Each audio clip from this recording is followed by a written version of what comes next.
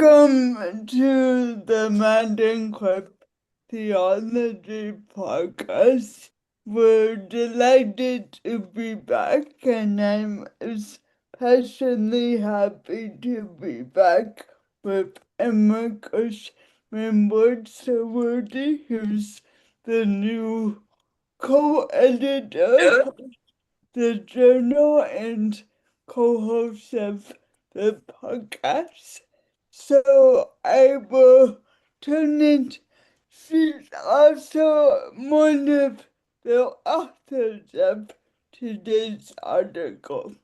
So I will turn it over to Emma to introduce herself, and then we'll turn to the other three brilliant authors of this piece. Nice. Thank you.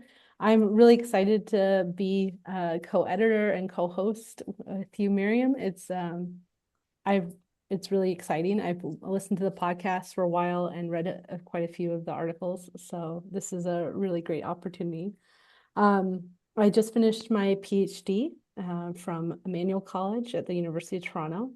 I'll be graduating in only a couple of weeks, so get to walk across the stage and get the hood and everything. And yeah, I also teach a few courses at the Kimmel Family Center at Baycrest Health Services. I teach on spirituality and disability, with looking at in the Christian and Jewish traditions.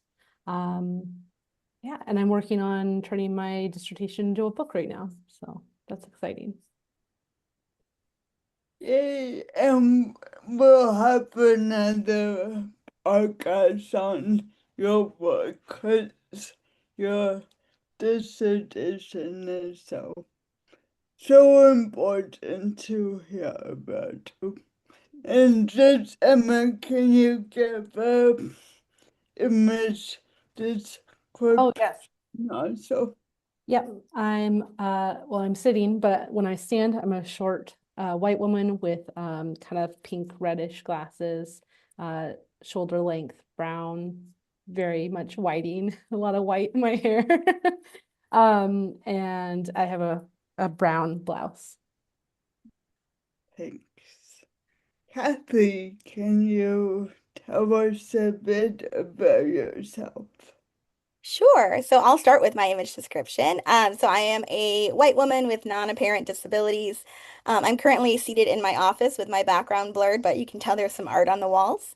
I'm wearing a like teal colored top, and I have my hair back today because it's been a long day.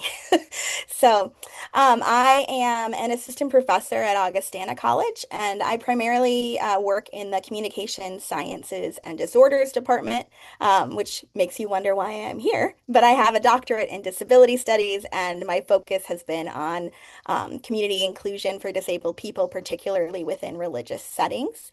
I'm actually actively, like, I just came from teaching a class on disability and religion, and I am very much enjoying being able to have those conversations with our undergraduate students at our liberal arts college.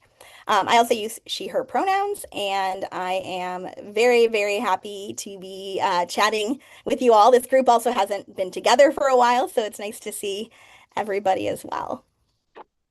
Hey, Cathy. How about you, Greg?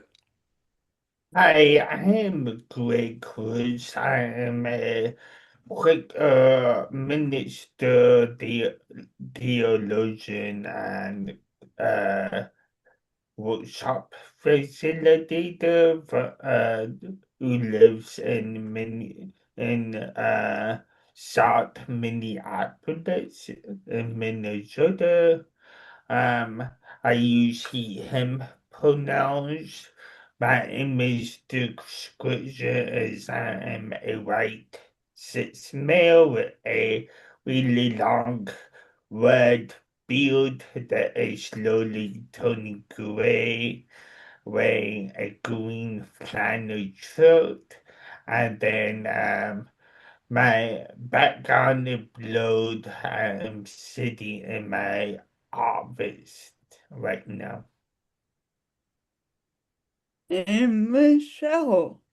Yes, hi everybody. My name is Michelle. I use they them pronouns. I am a white non-binary person sitting in my car because I had a plumbing emergency. So life happens, and we know that with disability, life happens.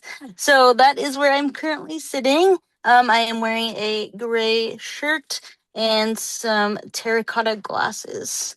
A little bit about me is I am the program manager of the Disability Resource Hub at UCSD University. So yeah, this is so I'm doing a lot of disability justice work in higher ed. Awesome. And so delighted to have you.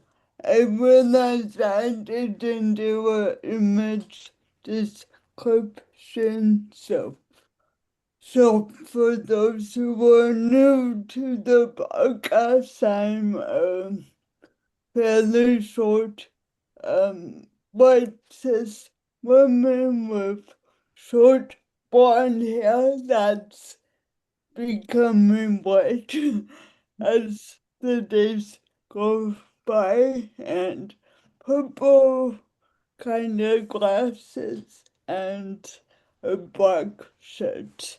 Behind me is a, a painting I enjoy of trees and maybe some childhood things I hope don't show up in the board background. So that's me. So you both wrote an article about together, so I wanted to just start off for those who haven't read it yet, for you to tell us about the piece, where it came from, and what you discovered along the way, and anyone can jump in, and then others can jump in too.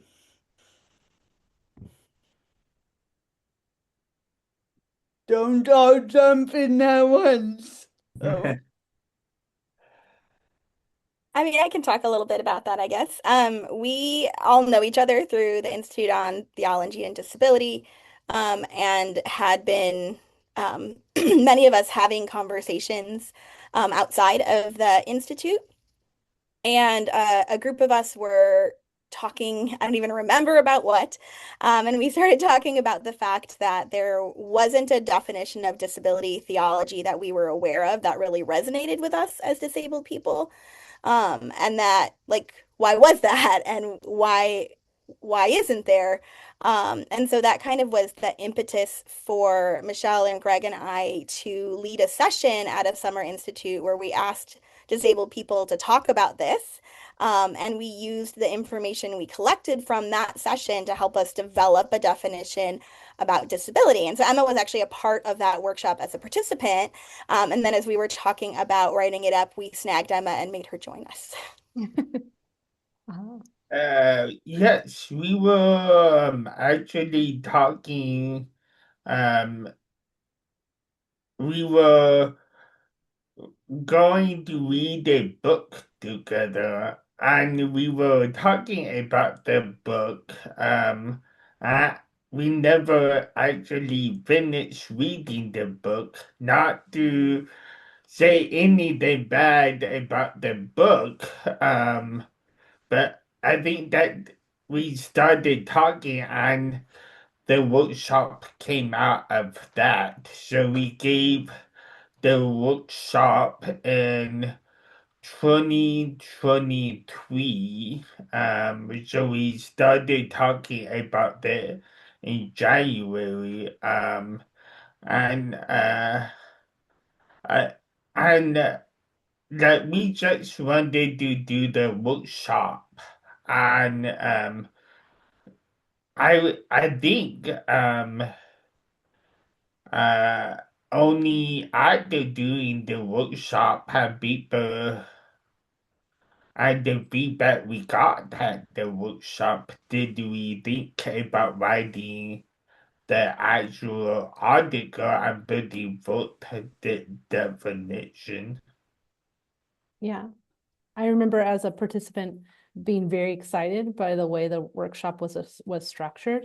It centered disabled people by you explicitly said, if you're disabled, please contribute. If you're more of an ally, just hold back, enjoy the show and enjoy the show.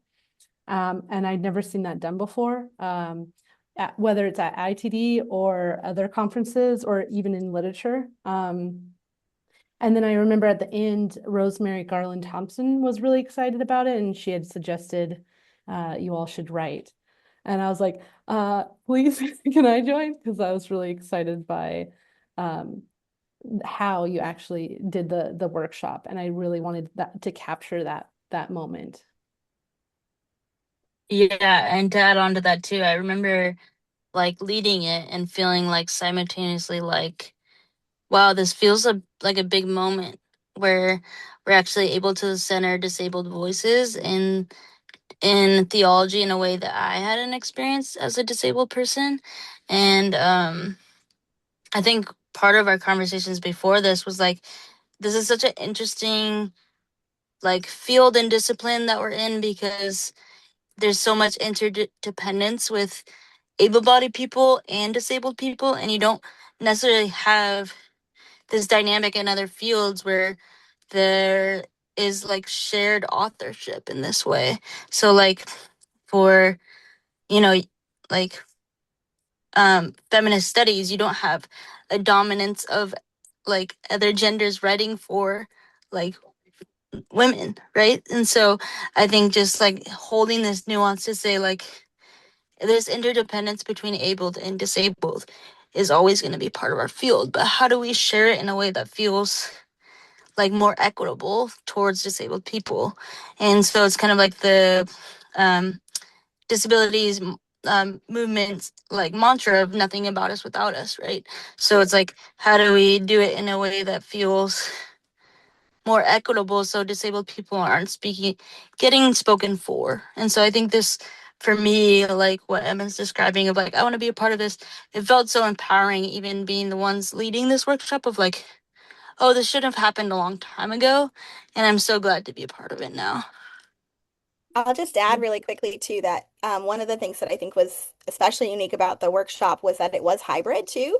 I wasn't able to join in person, so I was facilitating our online group, and Greg and Michelle were in person and they were facilitating in person. And so we had built amongst us some intentional access practices, specifically knowing we were going to be using multiple formats at once. And I don't know that I've been in a workshop where the people online and the people in person were connected like that before either. And I think too, like just coming from, like a background where I'm thinking about how disabled people in particular, we oftentimes like can't go to conferences, like not only do wheelchairs get broken on airplanes regularly, but also like they're cost prohibitive and there are other reasons why people can't go, and virtual options are so much more accessible, even if still some people can't access that.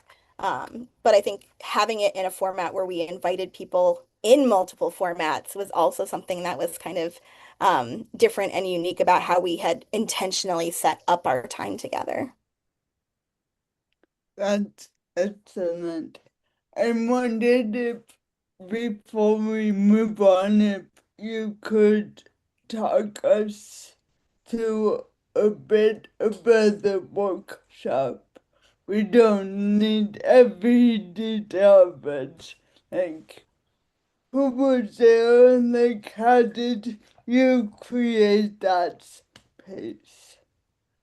Well, we presented at the Institute of Theology and Disability, which is a annual conference that takes place every year, and it has moved around the country. So that year it was at Baylor School of Theology in Waco, Texas, and it fully hybrid.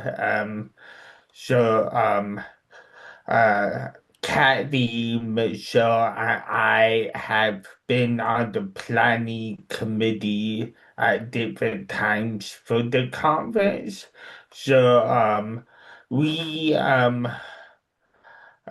we put together a zipper slide deck um where we talked about the we gave um two of the examples of other definitions of three definitions of disability theology from two non-disabled uh people and one from a disabled theologian, and then we designed a interactive feature using a online survey tool.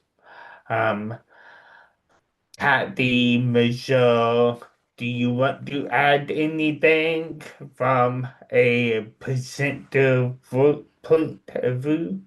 Sure. We did also like explicitly talk about the liberatory roots of disability theology and how Nancy Eiesland had kind of come from that tradition of liberatory theology when she wrote her work, and how we felt like some of that early work, especially by the disabled women who weren't theologians who were doing the work, really focused on that liberation, and that had kind of fallen off in our definitions. So we did kind of prime the pump a little bit, I guess you could say, in terms of talking about liberation. Um, and how that wasn't necessarily present in the definitions that we reviewed. And then we had several different questions or iterations that we ran the participants through to start with, like thinking about single words or phrases, which we created a word cloud out of and then made accessible to everybody in that space. It's also in the article if you want to see our word cloud. Um, and then from those thoughts that we had shared with one another, we asked people to say, like, what are the defining parts of a disability theology from your perspective as disabled persons?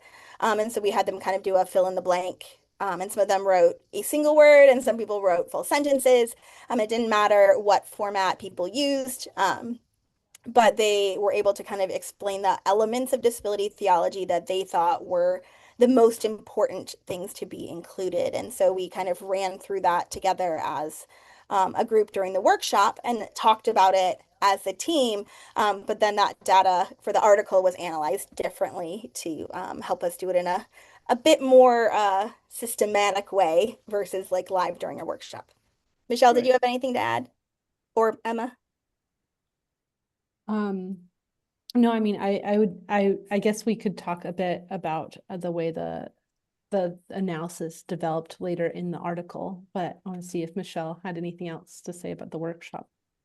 Yeah, thank you. One thing I was gonna add, Kathy, not to put you on the spot, but we did you did a really good job of explaining like what allyship means, and you kind of put it in this analogy, and I'm not gonna do it perfectly. So I think if you want to explain that, I thought that was a really beautiful way of like Emma named it earlier, saying like kind of sit back and enjoy the show. But I thought the way that you invited non-disabled folks to participate and not participate was really well done. So if you want to speak on that, I thought that was good.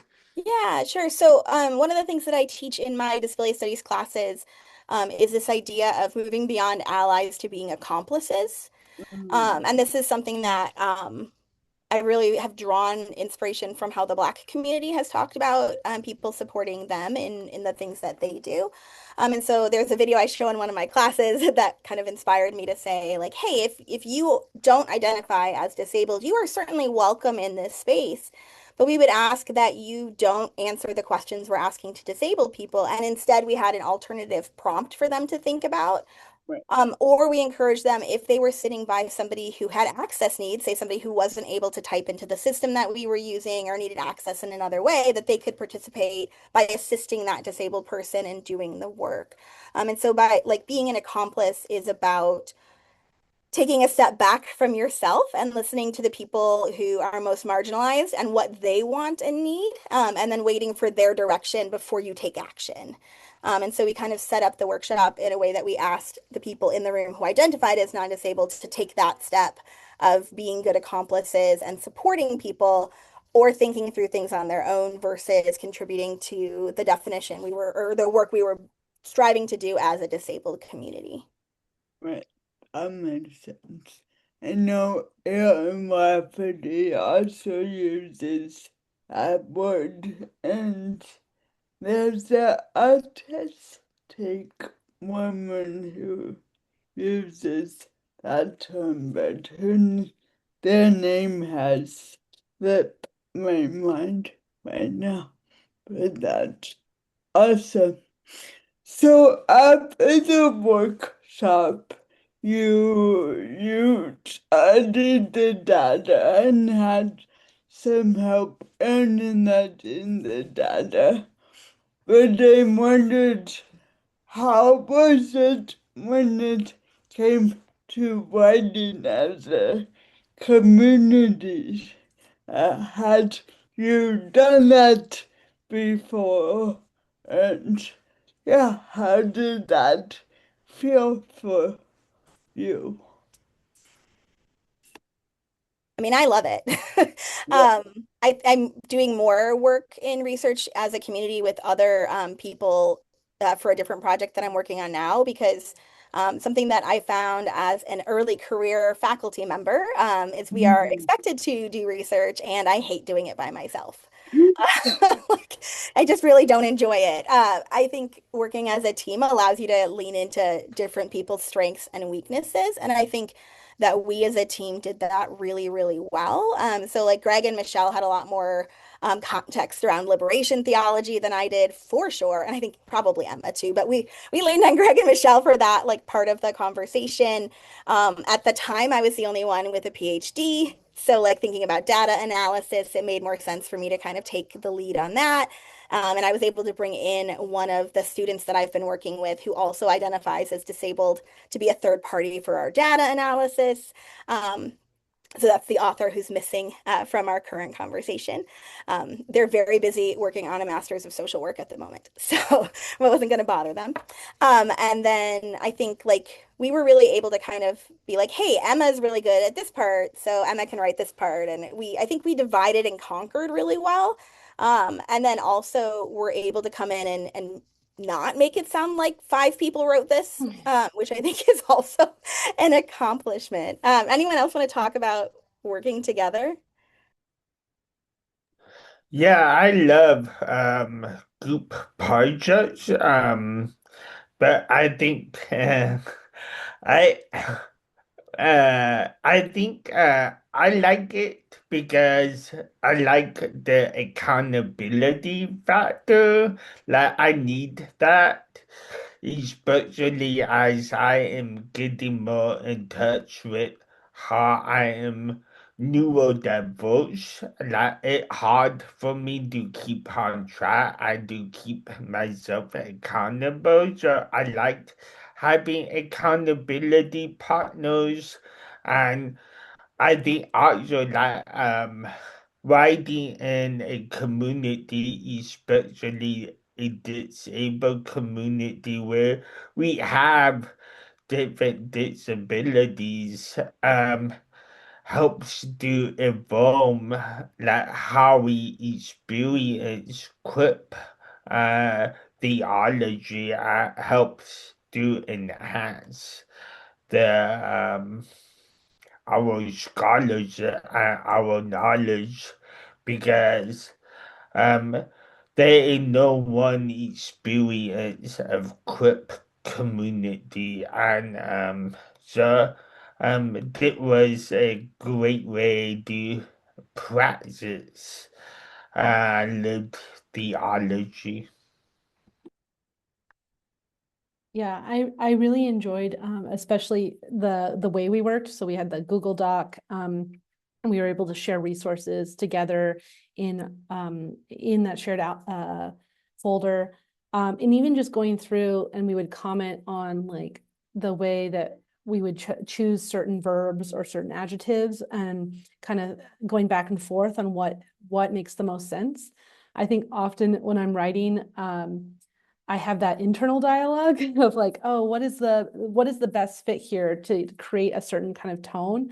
But it was really great to be able to have that external dialogue, and really think very intentionally about how we're framing what the key problem and gap is that we're trying to address in a way that's trying to be the most constructive and help the field really grow to include a wider range of voices. Totally. And I think one thing, uh, different than Greg, I do not like group projects, but I do like there's a sense of like safety and trust I already have with these folks, and that made it, and like just to be able to be in Crip spaces, even though we weren't all in the same room, like I just feel like there's an extension of each other where we just like get it, and so it felt like very in a lot of ways easy, because like of just like that Crip understanding, but also we do have prior friendships, and so it felt like a really nice group project because there was that foundation we've already had. So I will add that piece.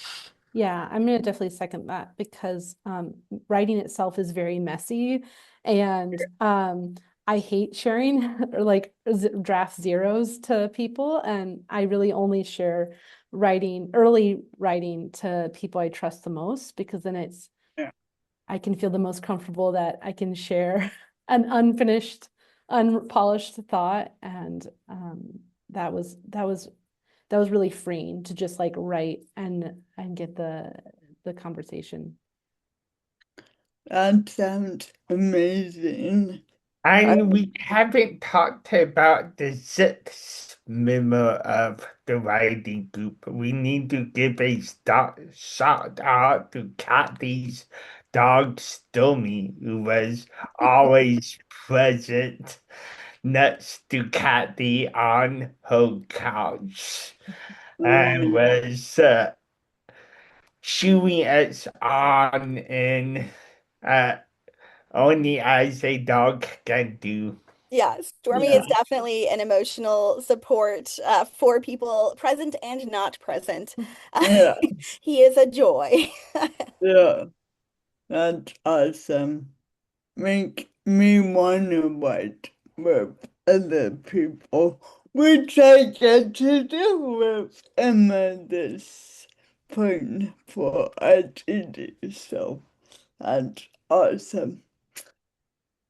Um, Greg, I wondered if you could start us off on the next question, which I think I it's really important when we think about doing interdisciplinary work. And so, how does a disability justice framework help redefine disability theology?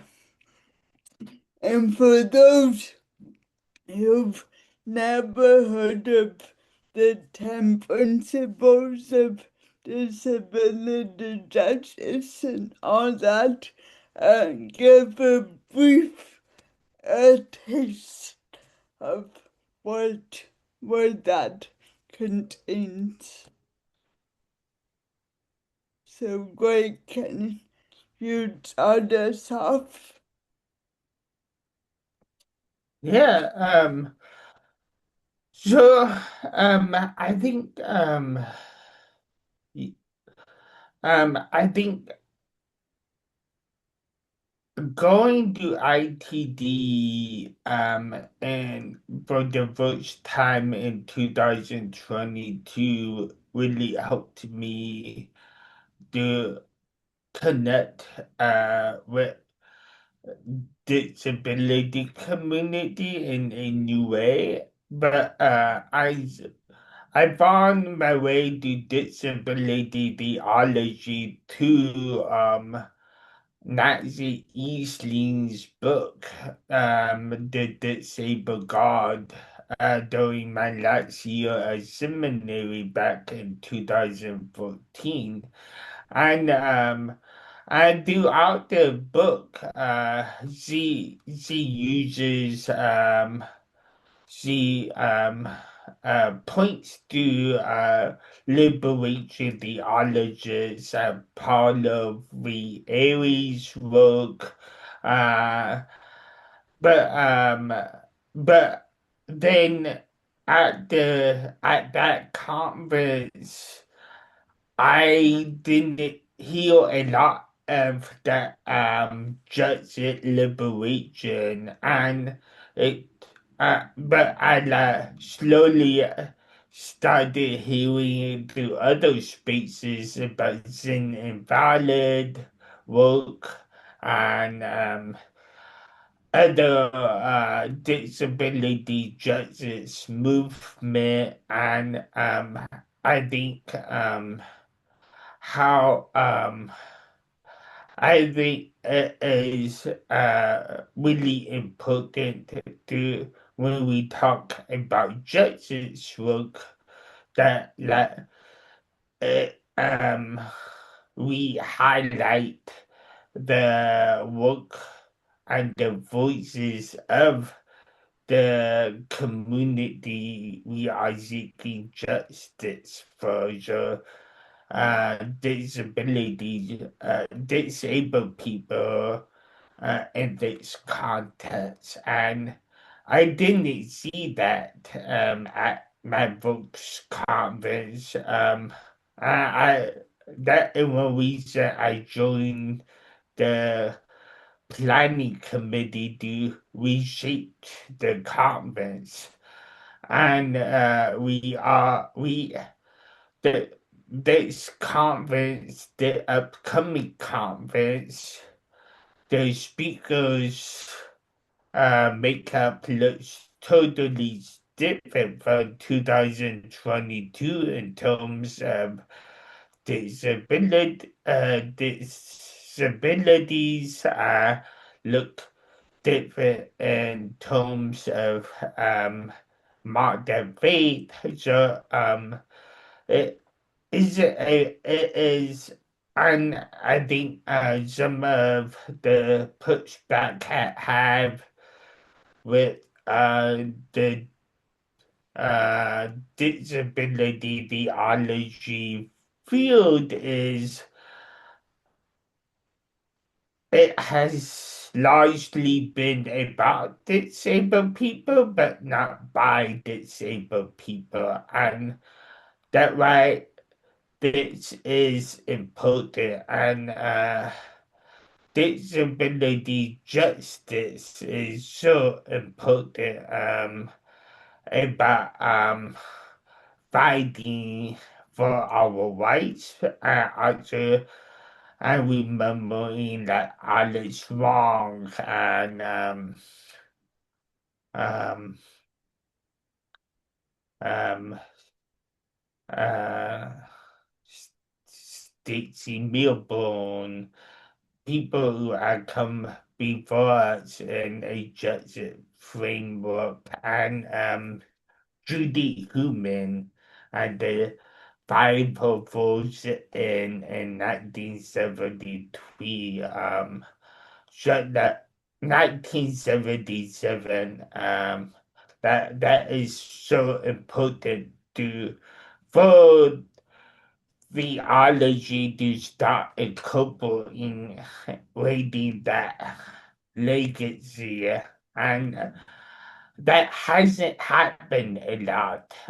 So I think we need to we disabled theologians uh, and writers that in this field need to harken back to the tradition because we have a lot to be thankful for to Nancy Eiesland as being the border of the movement, but we also need to recognize the social aspect and uh, a lot of many of whom were all women and non-binary films of color. Thank Greg. Yeah, Emma, do you want to jump in? Yeah, I was going to read the disability justice principles. So maybe if people are not familiar, they have at least a good starting point. So this came out of work that Mia Mingus, Stacy Milburn, and Patty Byrne had done together. And they had come up with a list of 10 principles. So I'll read them now. Intersectionality, leadership of the most impacted, anti-capitalist politic, cross-movement organizing, recognizing wholeness, sustainability, cross-disability solidarity, interdependence, collective access, and collective liberation. And I just want to also echo what Greg has said, that in the field of disability theology, and especially in conference spaces, you don't see justice being talked about very much, or liberation, solidarity, all these the recognition of all the work that has been done, as Greg has said, to ensure that disabled people can go to school and work and be just members of society. And I think that the problem with not recognizing that history is that you're just furthering this divide between faith communities and the disability and Crip community. I mean, when we're looking at the history in America of with the movement towards trying to establish the Americans with Disabilities Act, a lot of churches opposed the ADA. And that is still, I think, like still an open wound. And it's still really, there's a lot of reconciliation that needs to happen. And even when churches start to move towards creating more accessible spaces, I think a lot of work still has to be done around the idea of what the church is supposed to be, and how if the church is just to be an institution that it provides charity, you know, that it's doing these access needs out of because that's the good thing to do because we're good people, but not recognizing how disabled people, Crip people have so much to offer and can be leaders in faith communities and in the field. So I'm really hoping that this article kind of helps recognize that more explicitly. And that doesn't mean that non-disabled people can't speak. It's more about trying to recognize almost like an assessment who has spoken, who's not being represented. And that really aligns with the values of disability justice. Yeah, that's awesome. And sure, we could do a whole podcast on disability justice and theology. Maybe one day we will, but I'm looking at time and need to move us along. But it may come up in this next question. So, in your paper, you identified themes of disabled justice, diverse community, and the concept of Crip divine. And I wondered if maybe one of you could talk about one each and another talk about another. So who wants to start us off? Can I? Because I'm going to connect it to the last question. Yeah, so I think, one of the things that disability justice resonates with our team a lot about is the fact that the disability justice movement was designed or created by people who were not well represented in the disability rights movement.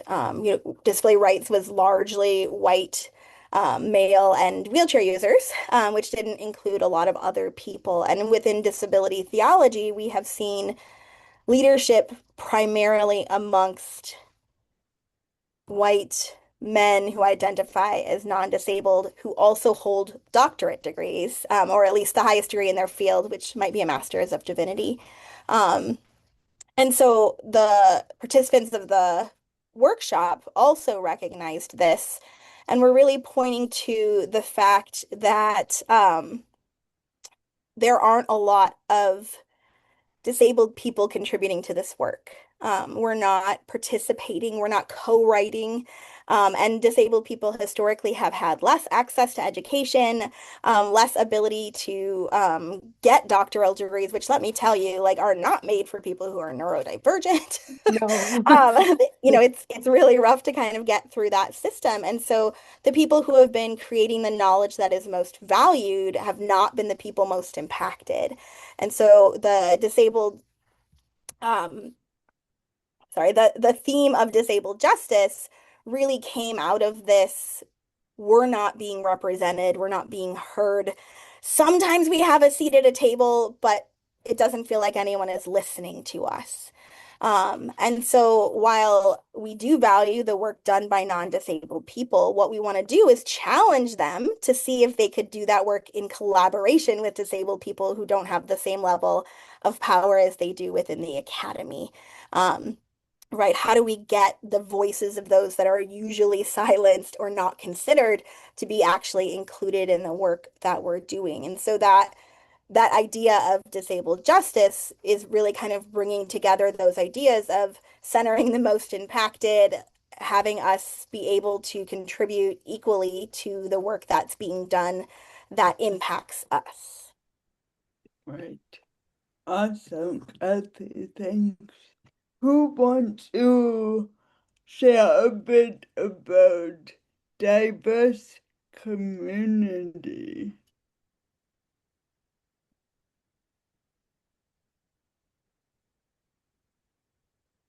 I'm looking at Michelle because you haven't spoken in a while. You can go for it. No, you take. I'm popcorning Michelle. Well, when I think about diverse community, I think about how,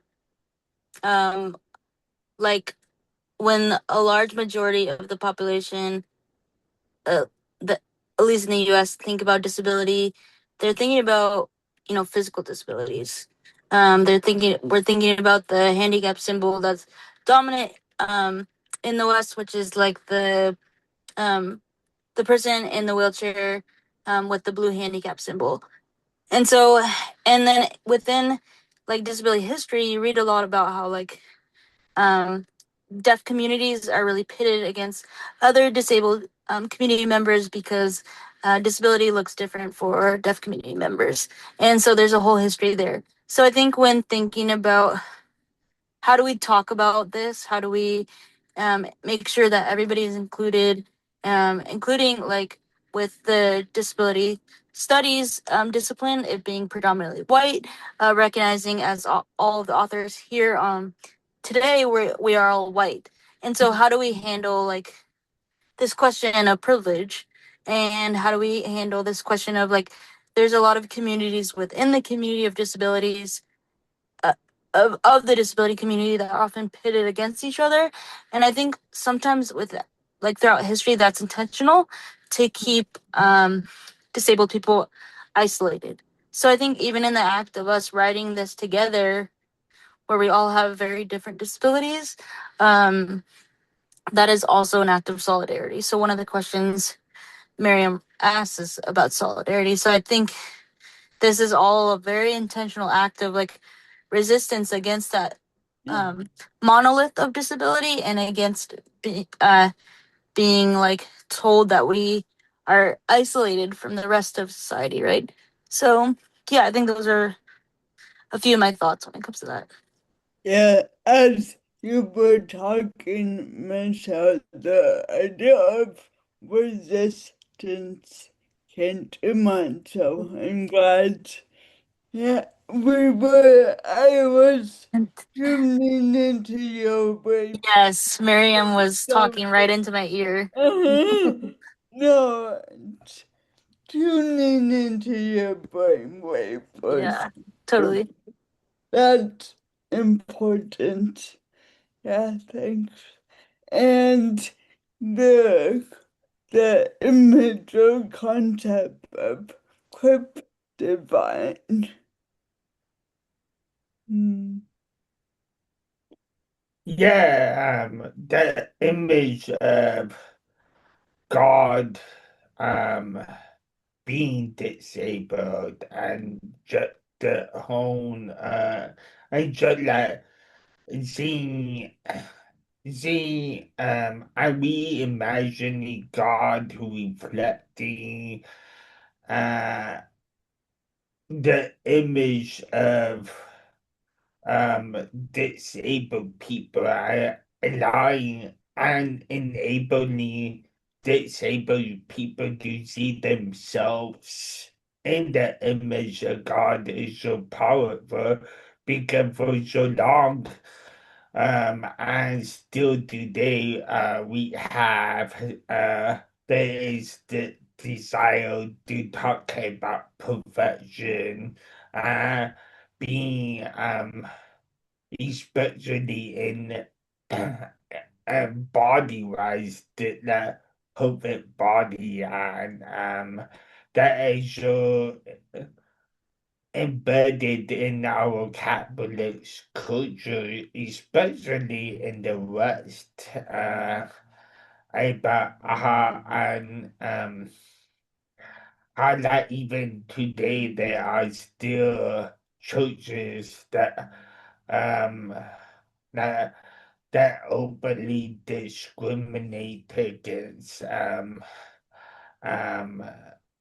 disabled people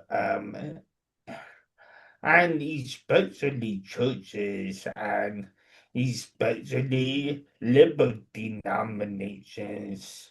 Um, so I think it is just how do we it's just powerful to imagine that um I think as we see Jesus throughout the Bible talking about being in community and being together and just like the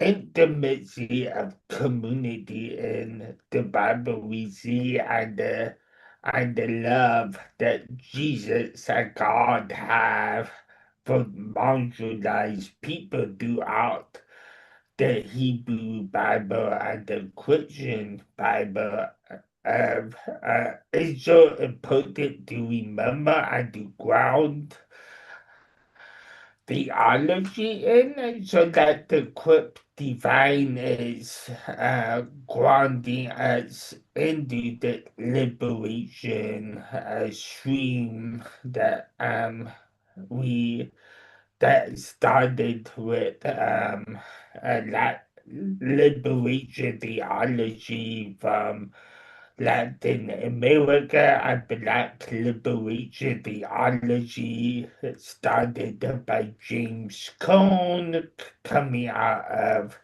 the Black Power movement and work of Howard Thurman. So um I think I think just realizing how uh, uh, the not just God loves us, but God is with us, Right. embodied in our struggle for liberation. Yeah. Yeah. Yeah, I think I was the most excited by that last theme of Crip Divine, for that very reason. And when we were looking through the participants' responses, which I was also a participant, but I remember seeing a lot of image of God, and the word Crip, and I could see how that was so deeply intertwined. And I think really all of those themes are so entwined together with disability justice and diverse community and Crip Divine, in the way that when Nancy Eiesland describes God, Christ in a sit-pup wheelchair, that's not necessarily a device I use. That's not my disability, but I remember reading it the first time and being so incredibly moved, because I thought, oh, if Christ can be in this form, Christ can also be in other kind of forms. And it just felt so expansive in a way that I'd come across in other disciplines, again, like Black liberation theology, but for this field, it was to be so connected to the body was really radical. Yeah.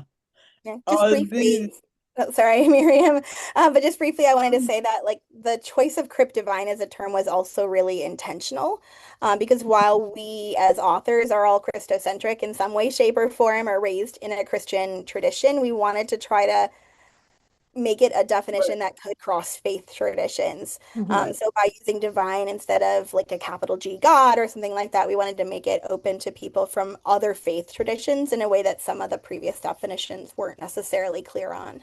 Yeah, yeah. exactly. Yeah. That's helpful.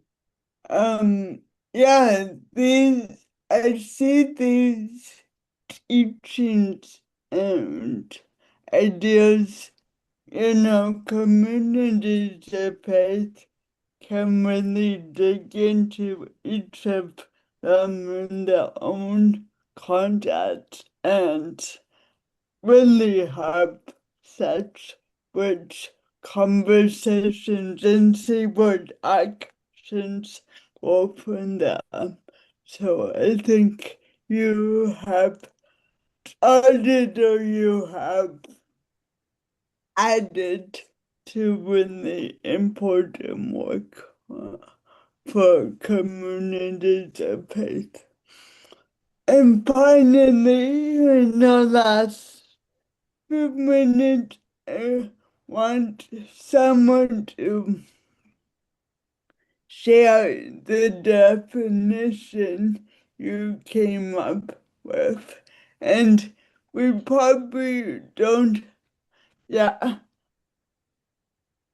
Let me try that again. Share the definition and for each of you briefly to share how it shapes your own going work or ministry or writing.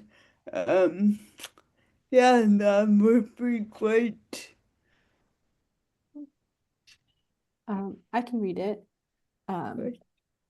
So our definition from the article is disability theology is a liberation theology that, one, is by and for disabled people, which centers lived experiences, validates our body minds, empowers our community to demand justice, especially economic and social justice, and continues to lift our communal work towards liberation. Two, leans into the sacred experience of diverse, interdependent community. And three, reflects the connection to the Crip divine and recognizes the inherent good of being created in their divine image.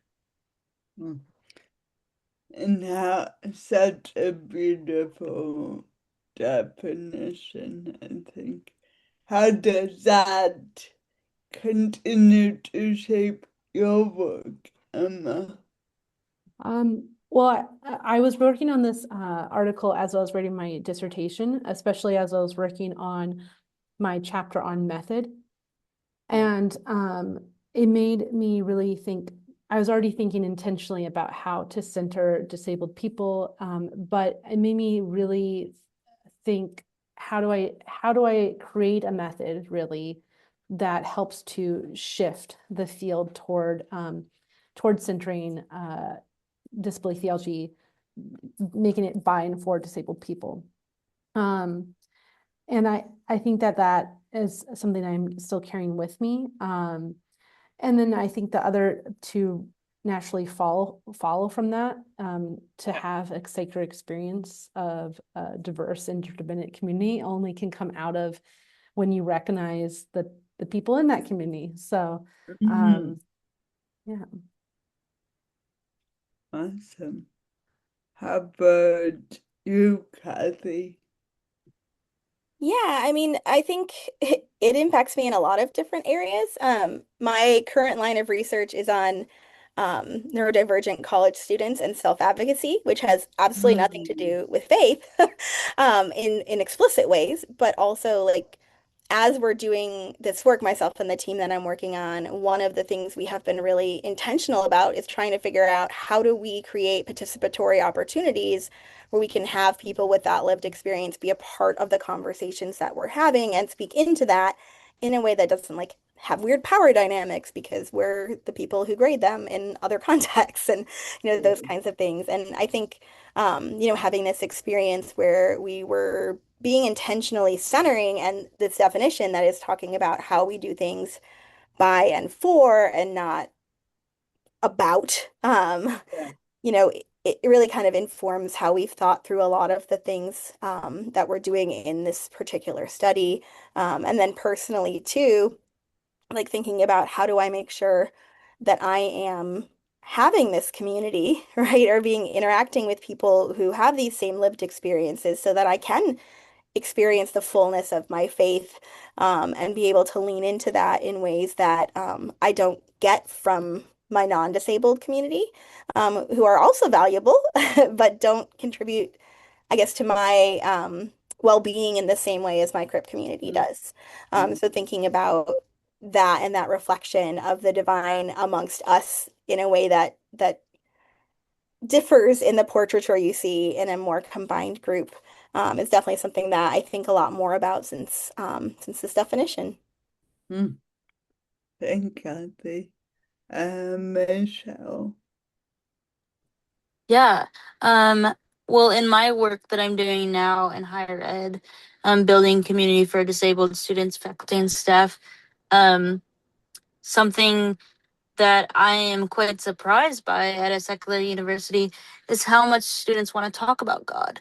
And I thought, I'd put my disability theology books back on the shelf, and they came right back out the first week because people were asking about um, disability theology.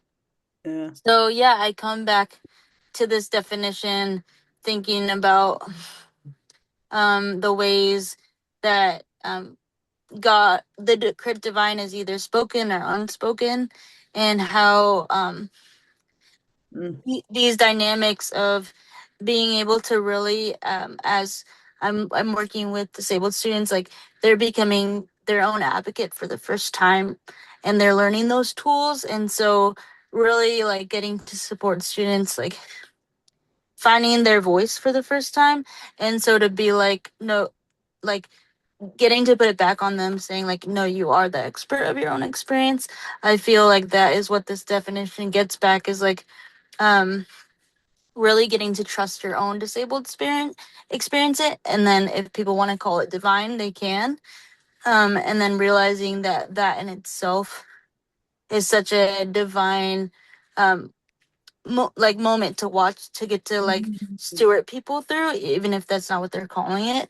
So I think this definition brings me back to like, how are people learning to advocate for and with themselves, whether that's being individually feeling empowered, but then also getting connected with community. And I think what this definition does is like Walter Rauschenbusch, who helped establish the social gospel in like I think the 70s and 80s, he said like if theology doesn't adapt to the like current times, then it will die.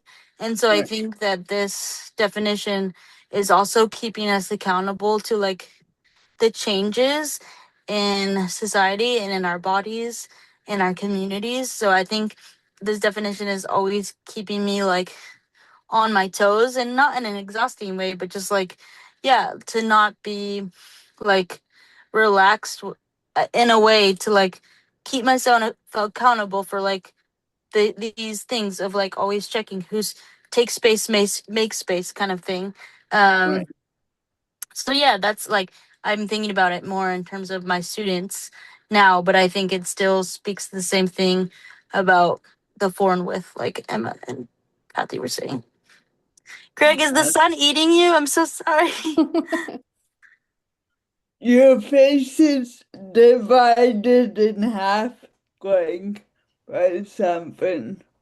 I can see that. Yeah, so I am facing a window and the sun is low. Yeah, I think for me, I think growing up in a faith tradition that really emphasized continuing revelation is um I hope that definition is not the end, but the beginning Right. of a new conversation, and switching that conversation to really center disabled people and center especially people who have been who are more marginalized in this theology community. As Michelle said, we are all right. We all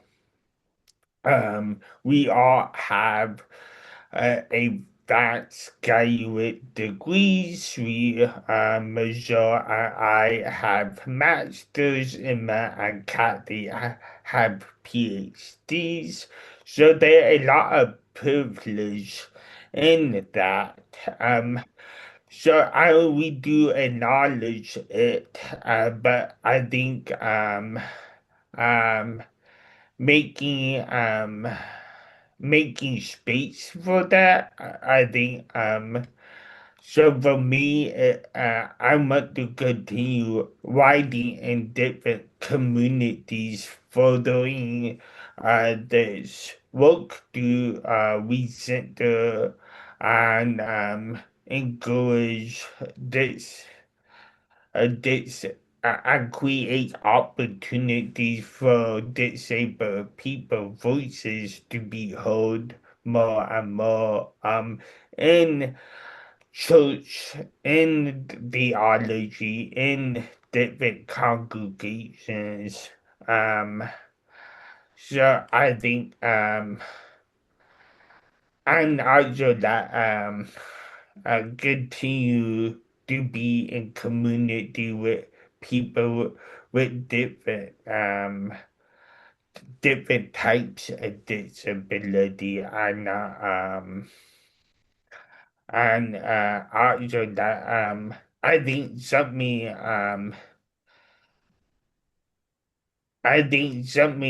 we didn't talk about when we in this podcast when we were talking about Crip Divine is um that is a using the word quip is intentional because we are reclaiming, we are redeeming a profanity. Um, so I think how do we continue to redeem a marginalized community we belong to? Um, and I think that is at the heart of my ministry and my work as a theologian, a minister, and a facilitator. How do we redeem, and also how to they lead Crip theology, how does that in, intersects with other theology, liberation theology, to Yeah. help us know God in different ways, um, that allows us to see God through that lenses, to reveals the divine, the power of divine revelation here on earth. Yeah. Amen. And this has been such a wonderful conversation that can and should continue in other communities and so on. So I thank you for your important work and that you published it in the journal and came here today. Thank you so much for sharing bits and pieces of quick wisdom, which is so important on the Mad and Quick Theology podcast. Um, a quick word that a call for people is out now. We will put information in the podcast description in the YouTube write up, so check that out. And we're looking forward to um meeting meeting you on another podcast in the future. So thank you all again. Thank you Thank you. thank you for having us. Thank you all. Yeah, this is great. Thank you. Yeah, it was a great conversation.